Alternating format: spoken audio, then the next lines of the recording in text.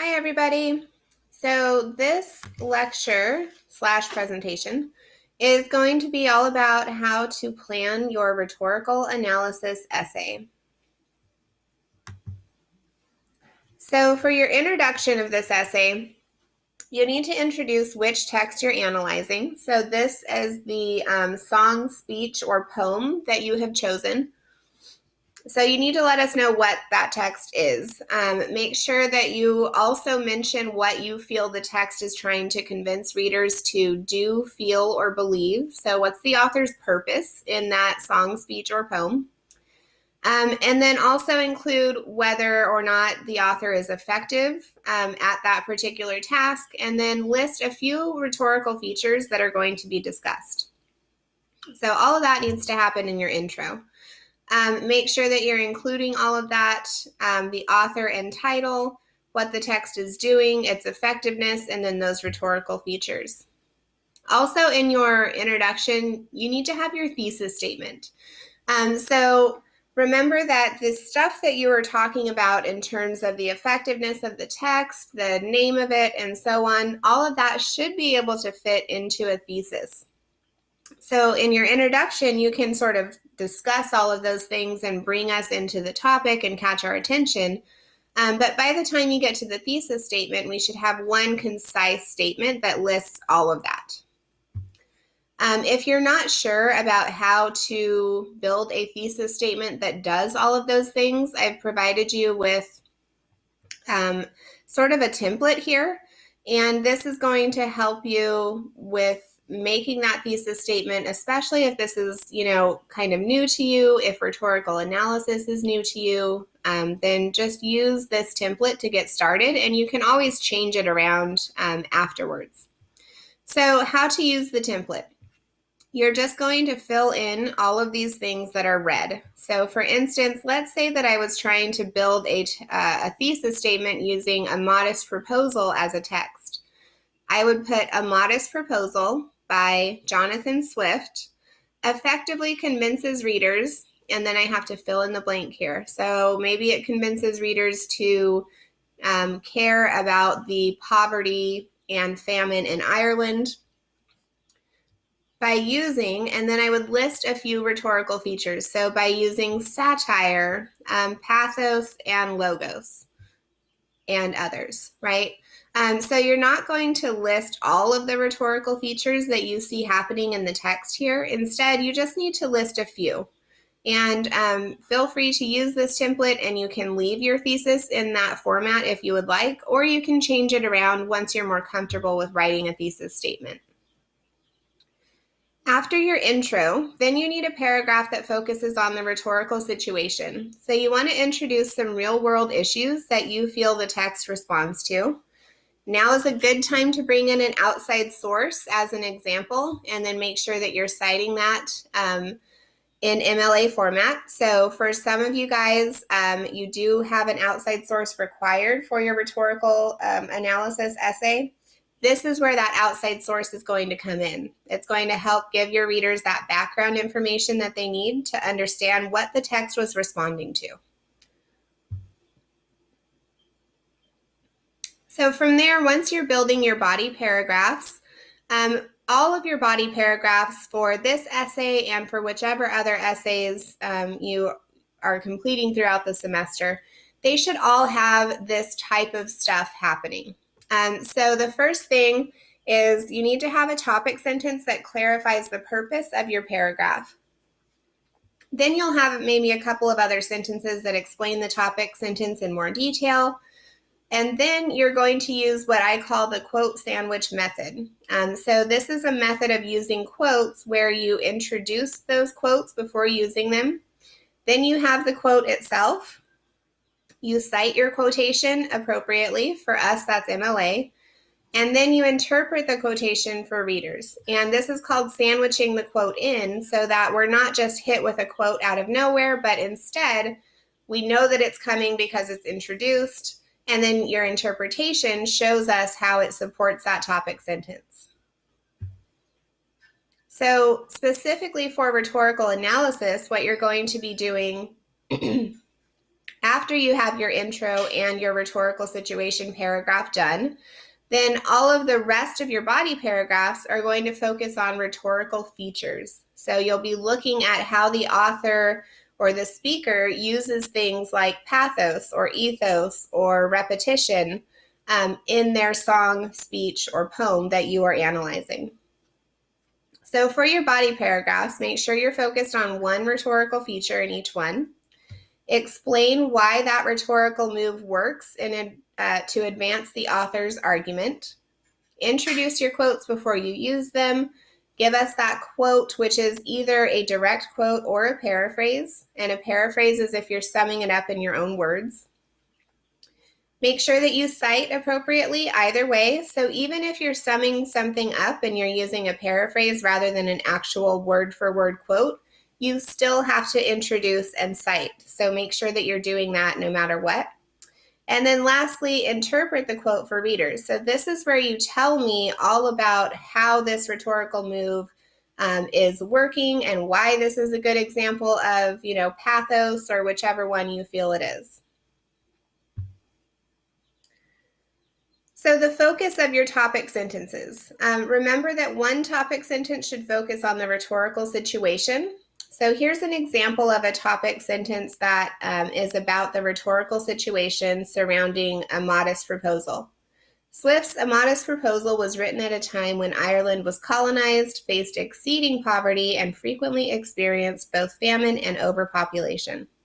So just by reading that first sentence in my paragraph, my readers would know that some of the background information they need to know about is all of this stuff that was happening in Ireland at the time when Swift wrote A Modest Proposal, right? So that's kind of the job of topic sentences, is that they let our readers know what the rest of the paragraph is going to be about. So you have one that's about that background information, and that's where you tell us everything we need to know about the rhetorical situation. After that, all of the rest of your body paragraphs are going to be focusing on the effectiveness or the ineffectiveness of a rhetorical feature that the text uses. So for example, Swift appeals to readers' emotions by shocking us with startling language throughout the text. So in this case, I know that we're going to be looking at pathos because we're talking about emotions. And I would probably in this paragraph expect to see some of that shocking language, and for my author, whoever's writing the essay, to tell me about why that is so shocking and how it helps further his argument, how that shocking language helps make us care. So when you're building your topic sentences, you can also use this template here if you're stuck. You don't have to, of course, but if you're having a hard time with writing about rhetoric, you can start by putting your topic sentences into this format to help you get used to talking about different rhetorical features. So you can introduce it with the text name or the author name. So this person or this text uses, and then fill in the rhetorical feature to, and then fill in their purpose. So for example, let's say Swift uses pathos to make us sad when we read A Modest Proposal. Okay, so that just helps to sort of anchor my body paragraph so that my readers know, okay, this paragraph is going to be all about pathos. And so that should be really clear throughout, for each of your topic sentences, we want it to be clear which rhetorical feature we're discussing. Sorry. So an example topic sentence. A Modest Proposal uses pathos to appeal to readers' emotions, so we care about the famine happening in Ireland at the time. So remember to always have either the text or the author name, and then a rhetorical feature and its purpose. So once you have your topic sentences done, then the next step in your paragraph is going to be to explain the significance. So why is the author using ethos or logos or imagery? Like, what purpose does this serve for the author? So you should make sure that you have that information there and that your paragraph is focused on supporting that topic sentence and explaining its significance. After you do that, then you can move on to using evidence. So choose a quote that supports you. Make sure that you introduce it, cite it, and explain its significance. Remember that quotes are only there to support your claims. Quotes shouldn't be, the leading thing in your paragraph. We shouldn't ever just see quotes there without, some sort of introduction that lets us know as readers why we're seeing this quote. So the best way to do that is to remember to use those quote sandwiches. So introduce things like who said the quotation, use your signal phrase, a verb of some kind like the author says or Swift claims. Then you have that quote or paraphrase. The citation, remember that for us that's MLA format, so the author's last name and a page number. And then the explanatory information. This is your own explanation of why the quote supports whatever you said was happening in the topic sentence. So, for example, this paragraph is all about, let's see what it is about, why English is awesome. I wrote this particular paragraph a long time ago. Okay, so we've got my topic sentence. English is so helpful because it allows us to communicate effectively. Experts in the field agree, saying English helps us in many ways. For example, in her article, Why English is Awesome, Mrs. Fujinami argues, English is awesome because it helps us communicate effectively. Then we've got the page number. Clearly, Mrs. Fujinami feels English is awesome and agrees with my original claim that English helps us communicate better. So see how when we use the quote sandwich in a paragraph, it's all one cohesive unit, right? It all goes back to what is happening in this topic sentence. The quote just supports what was said in the topic sentence, and then the explanation sort of puts all the pieces together for us. So here's an example of the quote sandwich broken down so you can see what each one is, right? We've got the introductory information, the signal phrase, Mrs. Fujinami argues, the quotation itself, the citation, and then the explanation. Anytime you're using a quote or a paraphrase, you still need to have a signal phrase before it. So the author claims, the author says, we read, he writes. So as long as it has a subject and a verb, that is a signal phrase. So make sure that you're doing all of these things in each of your body paragraphs. So here's another example of a quote sandwich, except this one is sort of color-coded so that you can see what that looks like, and it's about a modest proposal so that you can see what this looks like when we're using a real text, right? So here's the topic sentence. Swift appeals to readers' emotions by shocking us with startling language throughout the text. So we know that we're talking about pathos.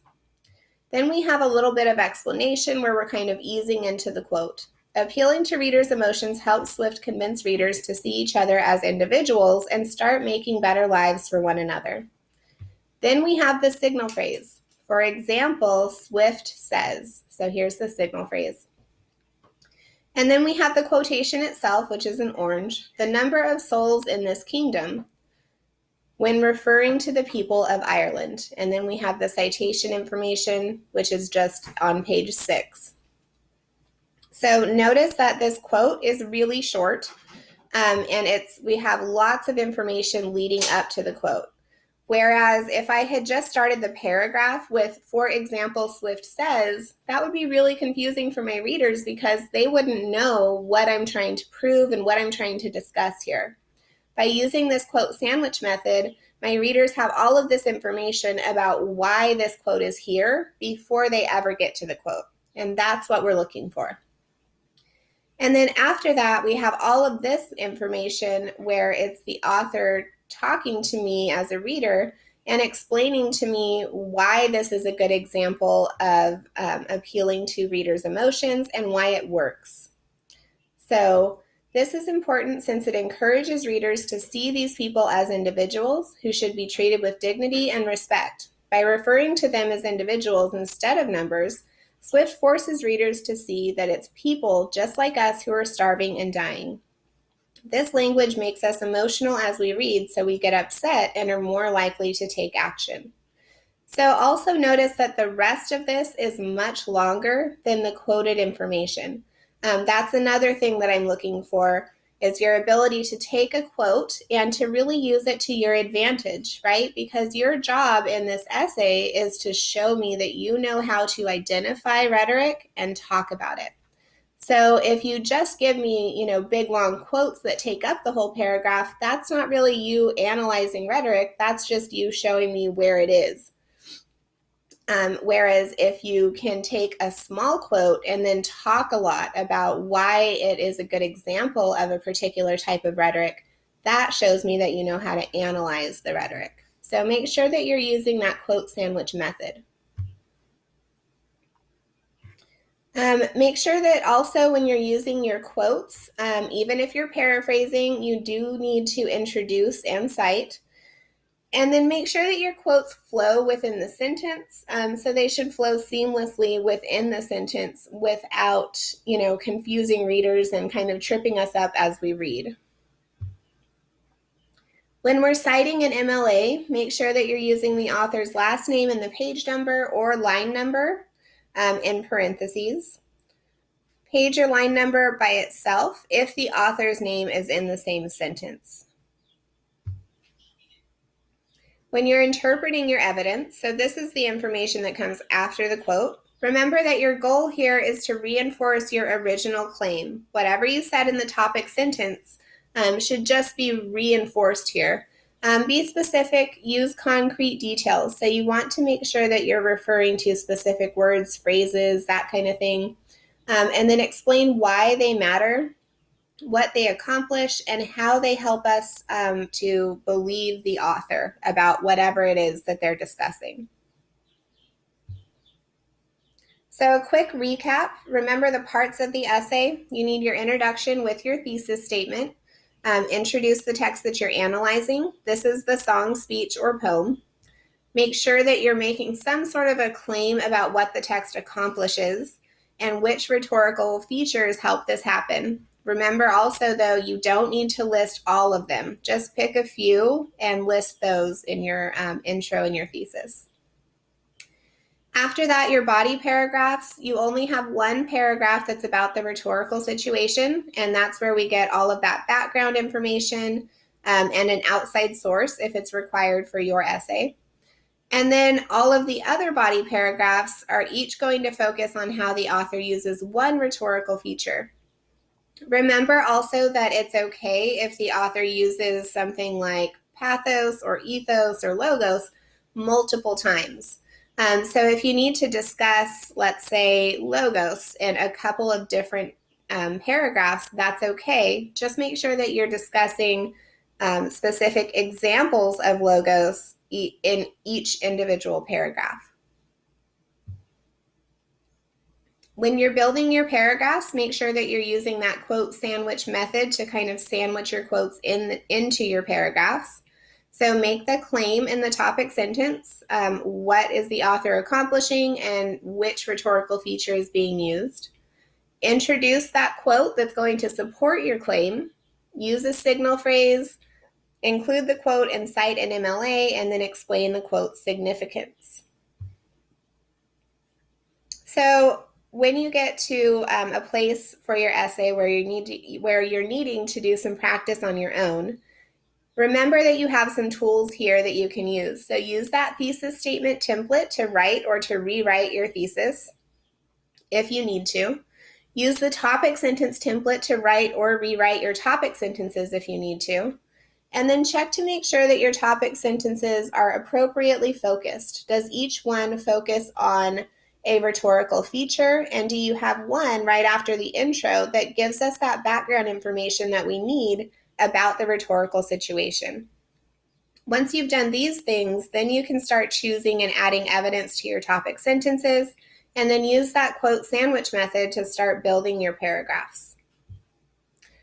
All right, as always, if you have any questions, feel free to talk to me in office hours, on Zoom, get help from a tutor, get help from your groups.